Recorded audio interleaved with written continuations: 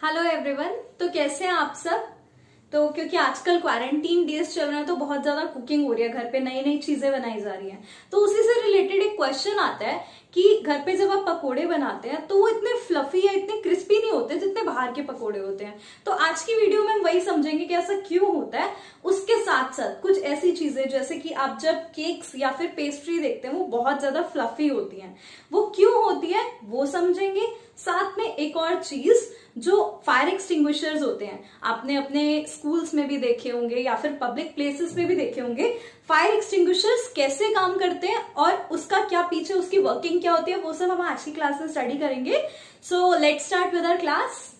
NaHCO3 क्या होता है? ये सोडियम बाइकार्बोनेट या फिर sodium hydrogen carbonate. I hope ये चीज आपको पहले से पता हो। NaHCO3 को सोडियम हाइड्रोजन कार्बोनेट बोलते हैं। अब इसी का कॉमन नेम होता है बेकिंग सोडा, या फिर आपके घर पे जैसे मम्मी बोलती होंगी कि मीठा सोडा जो खाने में डालते हैं वो यही चीज होती है, बेकिंग सोडा।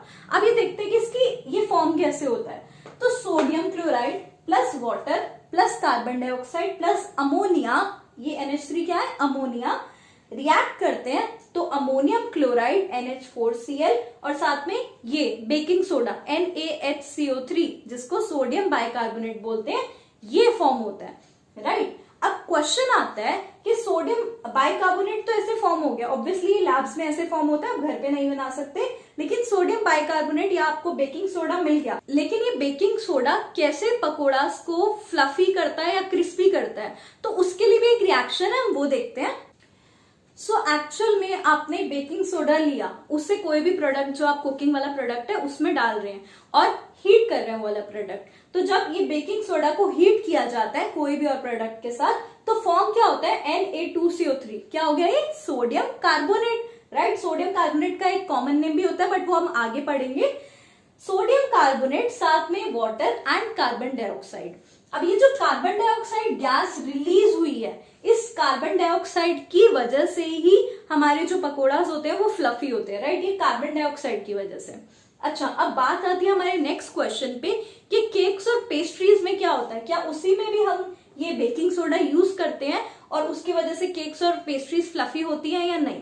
तो एक्चुअल में क्या होता है, केक्स और पेस्ट्रीज को फ्लफी करने के लिए आप बेकिंग सोडा नहीं यूज करते, रादर बेकिंग पाउडर यूज करते हो, बेकिंग पाउडर।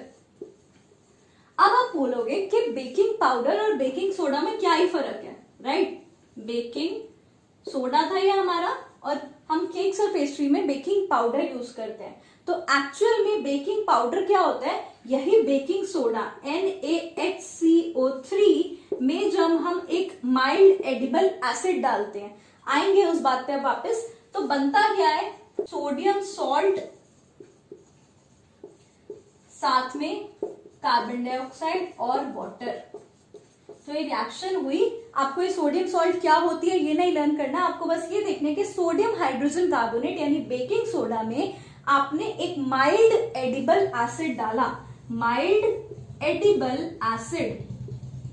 ये क्या होता है माइल्ड एडिबल एसिड? एडिबल मतलब जो खाने में यूज हो, माइल्ड मतलब जो ज्यादा स्ट्रॉन्ग ना हो, कोई वीक एसिड, राइट। कोई वीक एसिड डाला तो जनरली यहाँ जो एसिड यूज होता है वो होता है टार्टरिक एसिड, टार्टरिक एसिड। अब टार्टरिक एसिड का कोई आपसे फॉर्मूला नहीं पूछेगा तो आपको इतना नहीं याद रखना, आपको बस पता होना चाहिए कि यहाँ सोडियम बाइकार्बोनेट में कोई माइल्ड एडिबल एसिड डल जाए जैसे टार्टरिक एसिड, तो सोडियम सॉल्ट बनती है, कार्बन डाइऑक्साइड और वाटर फॉर्म करता है, और अगेन इसी कार्बन डाइऑक्साइड की वजह से केक्स और पेस्ट्रीज हमारी फ्लफी होती है। टार्टरिक एसिड से H+ आयंस रिलीज होते हैं। आपको पता है कि एसिड हमेशा H+ आयंस रिलीज करता है, राइट। तो ये H+ आयन मैंने इसलिए लिखा क्योंकि ये जो टार्टरिक एसिड की जगह अगर हम कोई और एसिड भी ले ले, जैसे कि एसिटिक एसिड, क्या फॉर्मूला होता है एसिटिक एसिड का?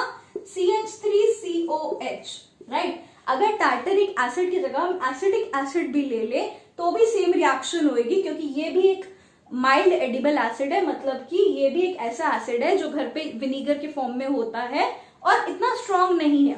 तो टार्टरिक एसिड की जगह एसिटिक एसिड भी यूज कर सकते हैं। सोडियम हाइड्रोजन कार्बोनेट इस वाले एसिड में से भी क्या निकालेगा? H+ आयंस, और बनेगा क्या?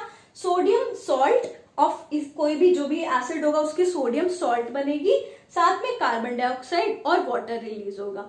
राइट। तो ये हमारी रिएक्शन है। मैंने यहाँ सोडियम सॉल्ट इसलिए नहीं लिखा बिकॉज डिपेंड करता है यहाँ एसिड कौन सा है, इसी वाले एसिड की सोडियम सॉल्ट बनेगी। जैसे एसिटिक एसिड है तो सोडियम सॉल्ट एसिटिक एसिड की बनेगी CH3CONA।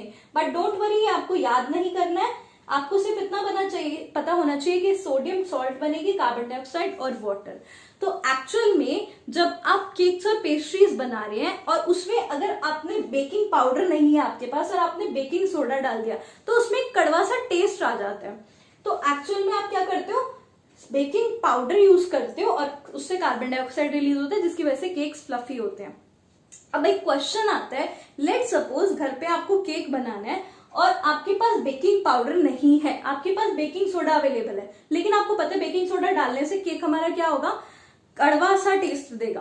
तो आप क्या कर सकते हो, ऑल्टरनेटिव क्या है, बेकिंग सोडा लो और साथ में ये एसिटिक एसिड विनीगर आपके घर पे होगा, विनीगर डालो। विनीगर डालने से क्या होगा, H+ आयंस रिलीज होंगे और इससे ये हमारा बेकिंग पाउडर तैयार होगा, राइट। तो अब आपको ये पता चल गया कि बेकिंग सोडा का क्या यूज है, वो बेकिंग पाउडर बनाने में काम आता है। तो अब और यूजेस देख लेते हैं, बेकिंग सोडा के यूजेस क्या क्या हो सकते हैं, direct question exam point of view के लिए।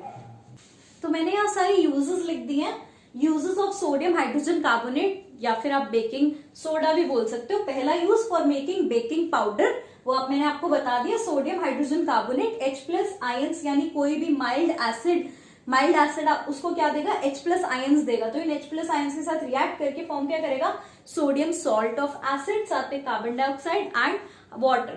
और ये कार्बन डाइऑक्साइड की वजह से ही केक्स और पेस्ट्रीज फ्लफी होते हैं। नेक्स्ट है an ingredient in antacids. Antacids में यूज होता है ये। अब एंटासिड्स क्या होते हैं, ये हम एक बार पहले भी देख चुके हैं। एंटासिड्स मींस एंटी एसिड्स, मतलब हमारे स्टमक में जो हाइड्रोक्लोरिक एसिड प्रेजेंट है उसको जब वो एक्सेस में हो जाता है तो एसिडिटी हो जाती है। उस एसिडिटी को न्यूट्रलाइज करने के लिए, मतलब बैलेंस आउट करने के लिए हमें एक माइल्ड बेस चाहिए होता है। माइल्ड मतलब जो ज्यादा स्ट्रॉन्ग ना हो, वैसा बेस चाहिए होता है। और बेकिंग सोडा जो है NaHCO3 ऐसा ही एक माइल्ड बेस है। NaHCO3 माइल्ड बेस है, मतलब ज्यादा स्ट्रॉन्ग नहीं होता, तो ये वाला बेस यूज करते हैं। This is use as an antacids, मतलब जो एसिडिटी को खत्म कर दे, राइट, न्यूट्रलाइज कर दे हमारी बॉडी का एक्सेस एसिड।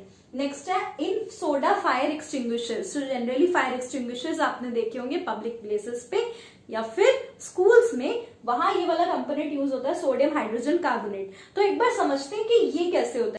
सो मैंने एक बेसिक से मॉडल से बताया कि फायर एक्सटिंग्विशर्स काम कैसे करते हैं। फायर एक्सटिंग्विशर का एक सेटअप क्रिएट कर दिया। एक बॉटल है, जो बड़ी फायर एक्सटिंग्विशर वाली बॉटल होती है, उसमें प्रेजेंट क्या होता है, यही सोडियम बाइकार्बोनेट NaHCO3 प्रेजेंट होता है। और साथ में आपने देखा होगा एक की सी, ये जो मैंने बनाई है ये की टाइप है। आप की को प्रेस करके उसे खोलते हैं और ये है नोजल, जिसको पकड़ के आप प्रेस करते हैं और कार्बन डाइऑक्साइड गैस रिलीज होती है। तो कैसे सेटअप होता है, ये की कनेक्टेड है, राइट। जब आपको सोडा फायर एक्सटिंग्विशर प्रोसेस में लाना है तो इस की को आप पहले निकालते हैं। इस की के निकालने से क्या होता है, इस की के साथ यहाँ थ्रेड के थ्रू एक टेस्ट ट्यूब लगी हुई है। उस टेस्ट ट्यूब के अंदर क्या है, H2SO4 सल्फ्यूरिक एसिड है। तो जब आपने की प्रेस करी, ये सल्फ्यूरिक एसिड वाली जो टेस्ट ट्यूब है वो इसमें इंसर्ट हो जाती है, राइट। ये सोडियम बाइकार्बोनेट NaHCO3 में ये टेस्ट ट्यूब इंसर्ट हो जाती है, इसका सारा H2SO4 चला जाता है। अब ये जो सल्फ्यूरिक एसिड है ये क्या प्रोवाइड कर रहा है, it is a source of H+ ions. जो H+ आयंस मिल रहे हैं, आपको पता है एसिड से H+ आयंस रिलीज होते हैं, तो ये sulphuric acid H+ ions release कर रहा है और वो H+ आयंस इस सोडियम बाइकार्बोनेट के साथ रिएक्ट कर रहे हैं। अगेन रिएक्शन वही होगी, NaHCO3 H+ के साथ रिएक्ट करेगा और H+ मतलब कोई भी एसिड के जो आयंस है H+ आयंस उनके साथ रिएक्ट करेगा और फॉर्म क्या करेगा, सॉल्ट, वही सोडियम सॉल्ट जो हमने पहले रिएक्शन देखी, साथ में कार्बन डाइऑक्साइड और वाटर। तो सॉल्ट फॉर्म होगी, कार्बन डाइऑक्साइड और वाटर। और ये कार्बन डाइऑक्साइड जो फॉर्म हुई उसकी क्वांटिटी बहुत ज्यादा होगी, कार्बन डाइऑक्साइड। और जब मैं नोजल प्रेस करूं तो यही कार्बन डाइऑक्साइड गैस जो यहाँ फॉर्म हो गई है वो निकलेगी और उस कार्बन डाइऑक्साइड गैस की वजह से हमारी जो फायर है, ये कार्बन डाइऑक्साइड गैस क्या करती है, एक ब्लैंकेट की तरह एक्ट करती है और फायर को पूरा ढक देती है, जिससे क्या होता है, ऑक्सीजन का कांटेक्ट टूट जाता है और फायर अपने आप बुझ जाती है, राइट। जो आग होती है वो बुझ जाती है क्योंकि ये कार्बन डाइऑक्साइड एक ब्लैंकेट की तरह एक्ट कर रही है। सो आई होप आपको इससे ये समझ आ गया कि फायर एक्सटिंग्विशर काम कैसे करता है। कार्बन डाइऑक्साइड गैस होती है, ये आपको पहले भी पता था फायर एक्सटिंग्विशर्स में, लेकिन वो कार्बन डाइऑक्साइड गैस कैसे फॉर्म हुई, ये सोडियम बाइकार्बोनेट जो था वो रिएक्ट किया, ये H+ आयंस, कोई भी एसिड से H+ आयंस रिलीज हुए और सॉल्ट फॉर्म हुई, carbon dioxide and water. I hope ये वाली चीज आपको क्लियर हो गई हो। अब ये सोडियम बाइकार्बोनेट NaHCO3 जो है, इसके अलावा एक और चीज भी है जो आपने मैंने पीछे रिएक्शन बताई थी, तो Na2CO3 फॉर्म हुआ था, सोडियम कार्बोनेट। तो एक बार ये भी देख लेते हैं ये क्या होता है और इसके क्या यूजेस होते हैं। सो नेक्स्ट हमारे सॉल्ट है Na2CO3, that is sodium carbonate. आपने अभी सोडियम बाइकार्बोनेट देख लिया, NaHCO3 जिसे बेकिंग सोडा बोलते हैं, ये Na2CO3 है जिसे वॉशिंग सोडा बोलते हैं। नाम से पता चल रहा होगा ये वॉशिंग में ये वाला सोडा प्रेजेंट होता है, वॉशिंग पर्पसेस के लिए यूज होता है। तो ये फॉर्म कैसे होता है ये भी हमने अभी पहले रिएक्शन स्टडी कर लिया। जब बेकिंग सोडा को हीट करते हैं तो वॉशिंग सोडा प्रोड्यूस होता है, sodium carbonate plus water plus carbon dioxide. यहाँ 2 लगाया रिएक्शन बैलेंस करने के लिए।